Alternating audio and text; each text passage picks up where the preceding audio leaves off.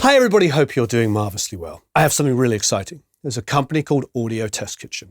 It's a couple of guys, Alex Oana, who you've probably seen in other videos that we did, where he and I tested, I don't know, maybe 50 microphones, and then a whole bunch of speakers, a bunch of monitors. And the wonderful thing about that is we got to listen to microphones in situ, and we got to hear speakers and talk about it and give our opinions, right? I love opinions. I love checking out reviews and whether they be online videos or magazine reviews. I love that. But what is the one thing that we're all dying for? That's to hear them ourselves.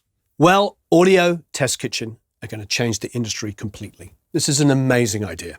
They've taken well over 200 microphones and they have recorded a massive variety of instruments. But not only have they done that, they've made sure the microphones are in the same positions so you can compare them exactly with the same levels, the same gain on each microphone. So everything is complementary and will give you an amazing opportunity to hear what each and every one of these microphones can do.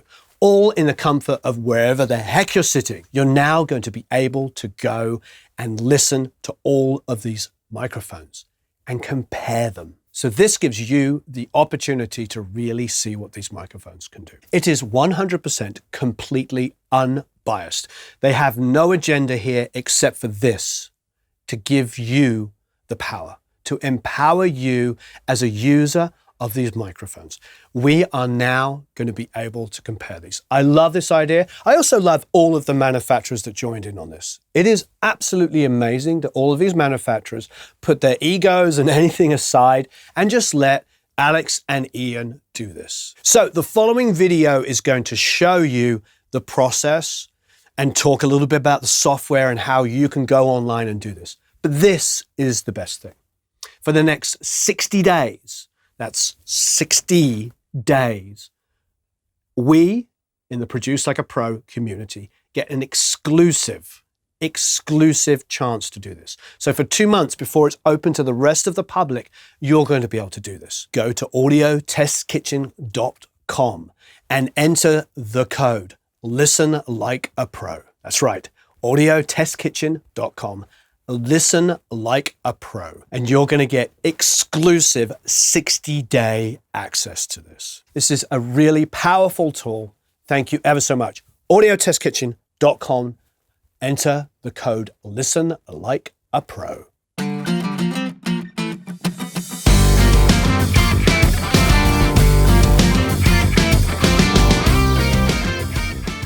I'm Alex Oana, co-founder of Audio Test Kitchen. We're doing a 225 microphone comparison with lasers.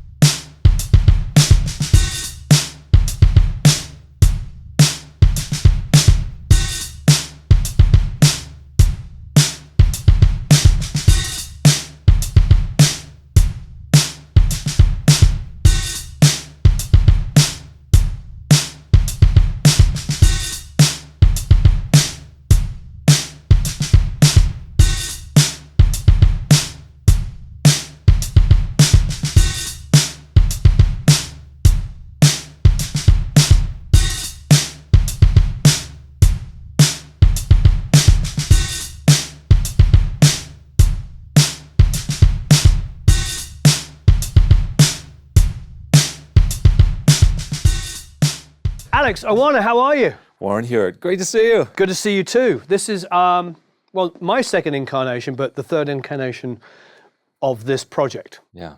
Which is the Audio Test Kitchen. Yeah. So you started initially at East-West. East-West. Yeah, Studio 2, the classic Rick Rubin room. And then you went to Plastic Dog. Plastic Dog, yeah, owned by Colin Liebig, BAE Audio. Marvelous. And now, of course, we're good friends with. And now we're at Gold Diggers, which is Gold Dash Diggers. Gold Dash Diggers. Right, yes, Gold LA. Diggers. Yeah, yes. Well, there's a hotel Yep. up front on the top of the building. There's a nightclub that used to be an adult nightclub called Gold Digger. So they kept the name and maybe remaking the brand a little bit. Right. And in the back, there's studios, production suites, and some really nice gear. What is Audio Test Kitchen? Audio Test Kitchen is the way that you can hear the gear before you buy or before you use it online for free with no bias, so that the only difference between one microphone to the next is the difference between those mics themselves. What you're doing is you're taking away the variables. That's right. Well, that's core to everything we do, because there's sometimes quite a lot of variations between the microphones. And Audio Test Kitchen, as we evolve, will cover more than microphones. And right now we're focusing on large diaphragm condensers. We'll get to ribbons. We'll get to small diaphragm. We'll get to dynamics. What you want to know is, what's the personality of this mic? What's its essence? Exactly. What's it going to do? How's it going to help me paint my picture I want to paint with sound? So we have to make sure that nothing we capture is changing or imparting any variation on what's being represented by every mic, so that all you're hearing is the differences and the personality of those mics. And it becomes a real challenge with living, breathing instruments. Is acoustic instruments. It's like they don't. One of the things that we love about them, probably as they're being played, is that they do change. That there's a little bit more, personality and drama within that. But we have to allow these acoustic instruments to be themselves, but to never change from microphone to microphone. What I love about this idea is it's going to, break down some barriers, but also reinforce some ideas. It's sort of do a bit of both. I know we've talked candidly about a couple of different microphones that have a very colored or not colored, and you reinforce that in your testing. So that's great. But then there's going to be this massive gray area in the middle, which I think will really help people, because there's a very crowded market of microphones that probably share similar characteristics. And it's going to be great for somebody to go, oh, okay, I've got $800 to spend, and there's 5 mics in that price range that I'm looking at. But I really need a vocal mic, or I really need this mic, or I really need that. And now they're going to be able to, they can still take all of the advice that people get and the reviews and stuff, but now they can actually go and hear it. And hear it in a place where there is no variables, which I think is rather wonderful. On multiple sources too, and I think multiple yes, sources. Exactly. So piano, of course, that is the main point, right? Because then you can find what's exactly. that mic best suited. So and not only that, one thing that we discovered is a totally natural, no processing way to actually amplify the differences between these microphones. We call it sound of ownership, because for a lot of folks, they save up everything they can and buy the one best thing. And that works actually really well with microphones, but that also means that a mic that maybe is best suited for this instrument or that, or it's vocals and maybe people end up recording that single mic on everything. So what becomes really important about that mic is not just how it sounds on one thing, but the cumulative effects. We call it, working title right now, sound of ownership. But what it is so we're able to take all the content on Audio Test Kitchen is based on songs, and right now we have songs in 4 genres. So let's say we've got the old school LA hip hop tune. You can hear vocals, piano, bass, electric guitar, the 3 different elements of the drum kit, kick, snare, hat, tambourine, all on one mic at a time. So it's, like 8 or 10 sources stacked up. And so the personality of that mic gets amplified by about 8 or 10 times. Sure. And instantly then, let's say you're listening to, you said FET 47. What if you've always wondered what the difference between that is and a FET 47 clone or a U87? You can instantly, when you switch to that next mic you have loaded up in your taste test, and the taste test is what we call the area where you're doing the comparing, the audio comparing, the area of the website. You can instantly hear whoa, this is a FET 47 times 10. That personality is going to leap out at you. What people want to get from a resource like Audio Test Kitchen is answers. And when the differences between the mics are so subtle that maybe it's not meaningful, that's important information too. I agree. Yep. And if you were just to be comparing a microphone on, say, a single source, it can be a little bit harder to discern, especially when the differences are that subtle, what the inherent quality of that one microphone is. So we make it so that you can be really sure with this kind of amplified cumulative effect. So we've heard 225 plus microphones, and actually some of them have different voicings. So you have to add a few onto that number. But we're starting to really intimately get to know the personalities of these different things, and it is sometimes really, really extreme, and other times, well, wow, that's incredibly subtle. The manufacturers tend to none of them have been afraid. Of the ones who are participating, because I think they believe in their products. They think that what they designed it to do, and at the price point, and it serves a purpose, and it serves a user. It's actually really cool to see that, because it's this is a music, and this is a sound, is a passion-driven industry, and I think that's really reflected in the participation that we've had. All right, Alex, explain this process. So this is kick drum version 3.0. You've witnessed hi-hat version 1.0. That was at East West. Some variables got away from us. The hi-hat was changing a little bit. Hi-hat 2.0 at Plastic Dog. We got footage from there. Still, like it was 50% better, but there were just some things that were moving around too much. So hi-hat 3.0 fixed that. So this is kick drum version 3.0. Version 2.0 was earlier this week here. Now, it didn't work because of this microphone over here, which has never changes. That's correct? That's right. The reference microphone. We have one on the resonant side, and we have an identical mic here on the batter side. So these are these Josephson microphones, which are great for close miking drums, and we call these the product mics. Every product mic that is recorded, so say pass one, here's the two mics that are there. We have a pass one of the reference mics, both the batter and the resonant. And then these switch around, that's called pass two. We still are recording these. When we get up to take 88, take 188, take 225, we can always go back to that first reference point and make sure that our sound has not changed. But also, they're not identical samples because it's an acoustic room, and literally the air changes. So it won't 100% cancel. But what it does, what we can maintain is the attack from the beater. We can make that exactly consistent.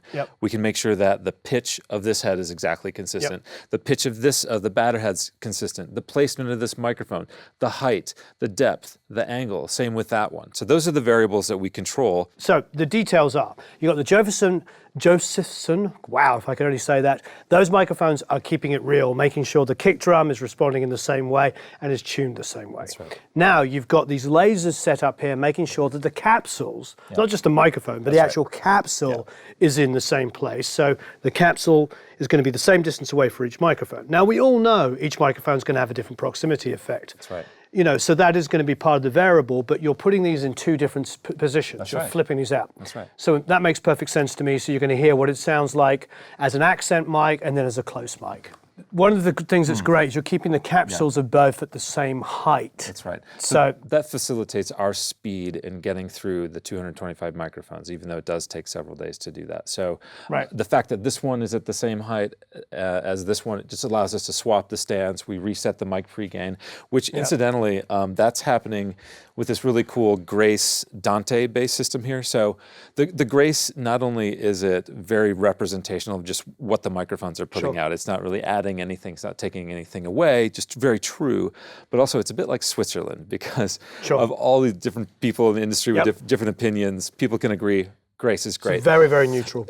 That's how I think of it. The other thing I think is very important for people to think about is the control room is quite a long way away there. It is. You are running very short microphone cables to here. Now this speaker is going to be your test for getting gains. That's right. So this is our level calibration speaker. We feed 3 different types of test tones through this. And what we first do is we establish a gain baseline. We put a number of microphones in both positions, and what we shoot for is a -6 dB peak at the loudest point of what this instrument's going to put out, because that gives us enough headroom. Some mics might be a little louder, some might be a little bit softer, but that's great for just being in good digital gain levels. And once we establish that, we establish what the corresponding test tones are going to be at. And we put pink noise out, 85 dB at 1 meter, and so that way we can calibrate every mic pregain to within 1 dB. That's the front end calibration process. Then there's a back end calibration process process in post, non-destructive. It's just gain to bring out that final bit of matching. But there's a really important thing about that too, and there's a lot of debate about what is the best way to level match something that has different high content, different low content. So we, after observing, these microphone comparisons over a long period of time, we realized that the heart of the sound really is in the mid-range. Sure. So what we created a test tone that allows the mid-range to be the fulcrum of the sound. And then, I'll flip my hand this way. Then if the mic is bassier, that Sure. presents itself. If the mic is more trebly, that presents itself. I think I'm backwards for the camera. So is this putting out, essentially you're measuring this at like a 1K test tone? No, in fact, because 1K is far too narrow bandwidth. So we've been doing sweeps, and we experimented with this for a long time as well. It's ended up between 500 hertz and 2K. Nice. And the reason why is because 500 is about the point at which the proximity effect no longer has a whole lot of meaning. They can go up to 1K, but and then 2K is kind of that cutting off point from mid-range to sort of treble. So that is the heart of the mids, and it also is quite agnostic then for your relative position to the microphones. And by the way, this first library for Audio Test Kitchen is large diaphragm condensers in cardioid. So we'll have some multi-pattern microphones here, but we're only representing them in cardioid. Sure. Can we see it in action or hear it in action as well as seeing it? So fortunately, we're buddies with the guys at Dynamount, and I will give them a recognition here because Mike Russo, the CTO, in a matter of 2 weeks from a conversation at NAMM, this is what I love about our industry, a conversation at NAMM, hey Mike, could you make a robot kick pedal? I think I could. 2 weeks later, we had this in our hands, and he essentially, the solution that we worked out, and I've disassembled this because it does resemble a failure that we learned from and moved on from. This was hooked up to the drive shaft of the kick pedal, would wind it back with about 20 pounds of weight on it, and slam this beater into the head. Well, the problem with that was we have 20 pounds on here. The beater rests on the head. Totally choked out the sound of the drum. I knew that was going to be our approach, and my co-founder Ian is a drummer, and he said, Alex, I really think that's going to choke it out. And I was like, you want that response where the drummer brings the beat back and the whole thing, boom, low end comes out. Yeah, well, here's why I disagreed, though. I said, I know plenty of drummers who bury the beater, and it sounds just fine.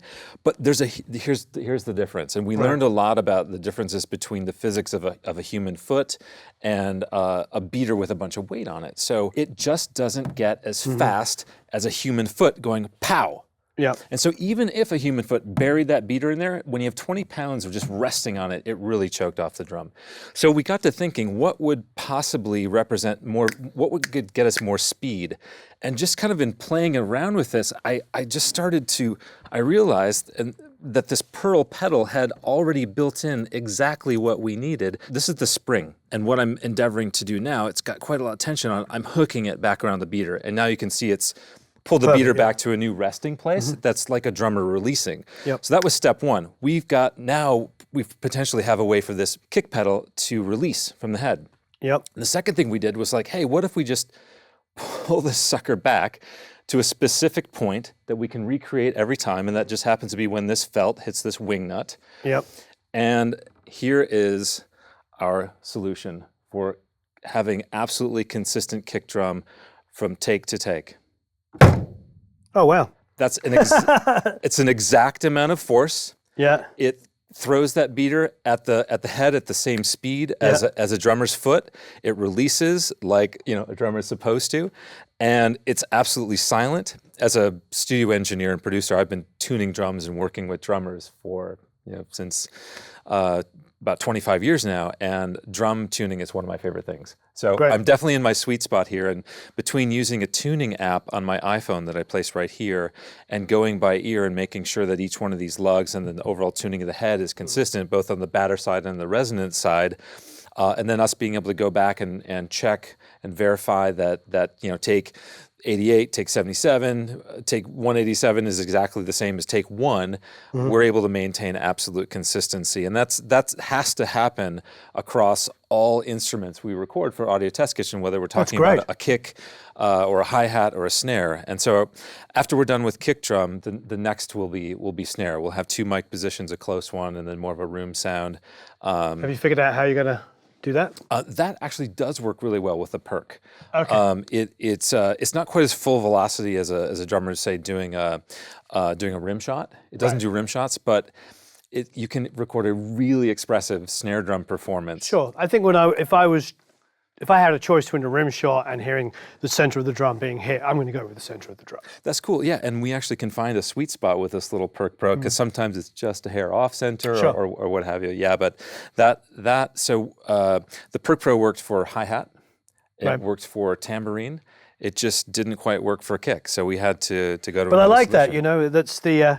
I always make this joke about the app generation. Everybody's always looking for some quick way of solving a problem, and they spend 3 days researching something that they could have done on the first day. Oh man, believe me. I mean, you know, robots are far sexier in this whole process, you know, and we're known for having the laser set up and having, you know, these little. Right, but you've got a physical. There it is. It's like. That's it. What these do actually is you can throw it into, I don't know what you call it, balance, self-leveling mode. And it basically levels to gravity so that we can make sure that if this is painting a line across this one and it's painting a line across that one, that there's no tilt involved. And so, man, 90-degree angles have been like my absolute best friend in this whole process, because it helps you, there's a lot of visual stuff that helps you be precise in your work. And this is very, this is very visually tidy as well, because it helps us maintain the variables. Like if this were just set up in any old place, these lasers, we might not be able to at a glance look at it and see, oh, well, that's messed up. We give ourselves lots of reference points. Focus in around here. So I want to show something, because both of these, this line and this line are on top of each other. That's right. Yeah, they're on top of each other on the drum. Here, so let's block both. Right, I'll block this one. Yeah, and then this line, and that line. They're all on top. All the lasers are agreeing in terms of heights. That's pretty darn good. Look. Yeah. You've got this line crosses this microphone here, but it also crosses the bass drum. This line crosses the microphone there, but also crosses the bass drum. So yeah. Oh, check it out. Did you see our calibration speaker? That's also laser aligned. I mean, it's lined up with the same laser that is aligning the close mic on the kick drum. Nice. We tried a lot of different bass drums too. We experimented with different dimensions, a 26, 22 Yamaha standard studio recording kit, and another really great chance meeting that we had at NAMM was with this company called Welch Tuning Systems. And they basically created our dream come true, which is a lugless bass drum that allows you to, with the turn of one key, change the tuning of the entire drum. Oh, get really crazy. So there's my jazz, and then go right down into rock mode. This is our tube microphone pre-warming station, and sort of our staging area. We make sure that all the microphones they're generally on for about a half a day before we record them. So we wanted to get them all out and ready to go. This is, I don't know, 32 microphones about, and so they're ready to rotate through our station. Part of creating this resource has been the process of creating processes that work, methodologies that work to even be able to do this. So we have to figure out, what's the best way to stage the microphones? Should we have the cable on this side of the stand or that side of the stand? I'm going to move this stand out to here while you bring this one around. All this stuff has to be choreographed so that we can get through all the microphones and make sure that, there aren't any variables cropping up that would change something. Well, let's go into the control room and talk about the recording process from there. this is the remote control software for the Grace. So from any browser, we can actually dial right into the Grace, control the mic pre-levels. James, what else can we control from remote on the Grace? So basically, we can control the Grace, which is out there for shorter mic runs, right? And for here, we got total remote control package. Everything from the clock sourcing to mic pre's and the whole 9 yards. What does the spreadsheet show? Tell us about that. The spreadsheet, basically, it's got all the list of microphones. And then in different columns, you know, we have like hat, tambo. These are the mic pre-gain locations. levels. So we're tracking everything. Yep. And that's to make sure that, you know, let's say a user or a manufacturer comes and says to us, like, why does the such and such sound so funny? Well, we can go back and see if the gain changes match, you know, our if they correlate to what other microphones do, or if there's something a little bit off. And it's actually kind of cool just to know, like, oh yeah, when you had this mic 6 inches from the kick. Yeah, exactly. Or the bass versus gain. the tambourine. Right. It's like, oh wow. Yeah. You know. So yeah, our little spreadsheet of love. The browser for the Grace.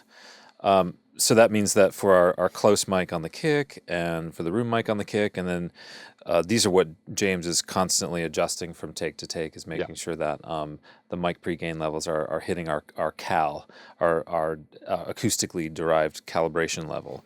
And so that's really easy for him because the Grace is, I don't know, 75 feet away or something like that. And so the audio is coming in here, how?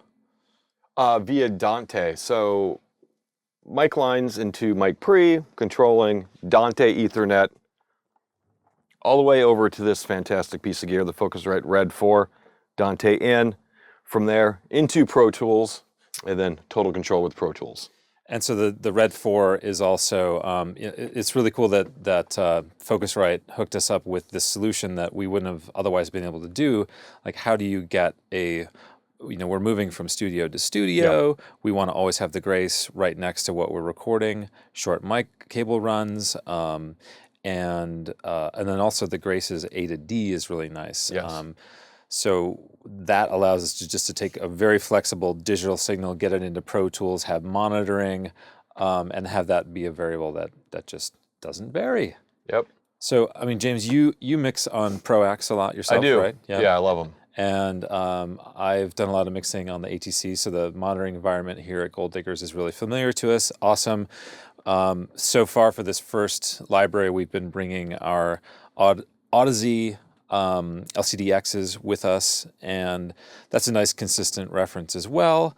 Very, very revealing, especially all the way through the spectrum. So it makes sure that we can do the quality control. So this is really, not only is this like, you know, the sort of nerve center of the operation and making sure that everything is lining up, but it's also the buck stops here station for quality control.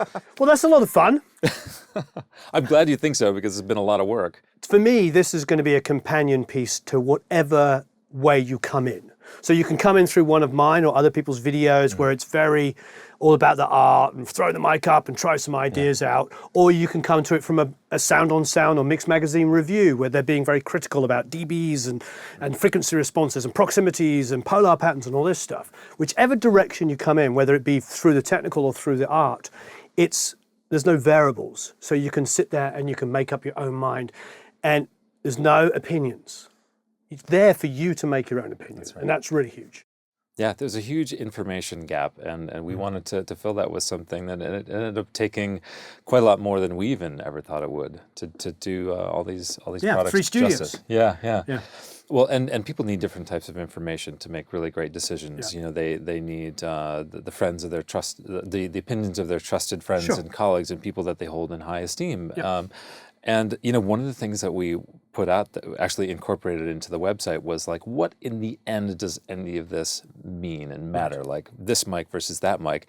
And we give people the means to actually click on Spotify tracks. You can go, oh, this particular microphone was used on acoustic guitar by, you know, Vance Powell recording. Right. That is the real world example right there. And that's where the rubber meets the road. It just provides us with that missing link of information, which I know I'm going to always reference. And I'm going to be able to use it in companion with my videos. I'm going to try something out, and then and here's the link where you can go and check it out, see for yourself. And here's, you know, it might be nice for us to compile a lot of our microphone demos, because we've done, I don't know how many we've done now, maybe 10. We've done a lot of different companies, and we'll continue to work with other microphone companies. Now we can go, okay, why don't you go and check out those microphones over here? Yeah, and actually we built it into the platform itself for people to be able to share.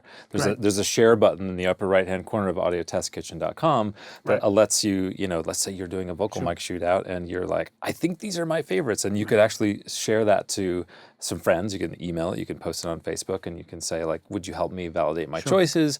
Or, hey guys, I just, listened to, 200 mics on vocals and I spent a week and I saved my session and I've come back to it. I'm absolutely certain that this is the one. And you can talk about that and shout out your favorite manufacturer. Great. I think it's absolutely fantastic. Well, thank you ever so much for taking this time with us. Thank you, Warren. It's really good. There's going to be tons and tons of links. So obviously click the link to go to Audio Test Kitchen. It's out now. It's brand new.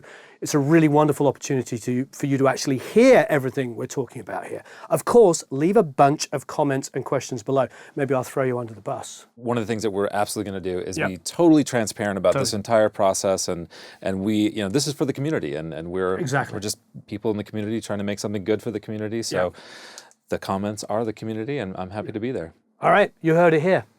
So thanks ever so much. Don't forget, audiotestkitchen.com. Enter the code ListenLikeAPro for 60-day access to this.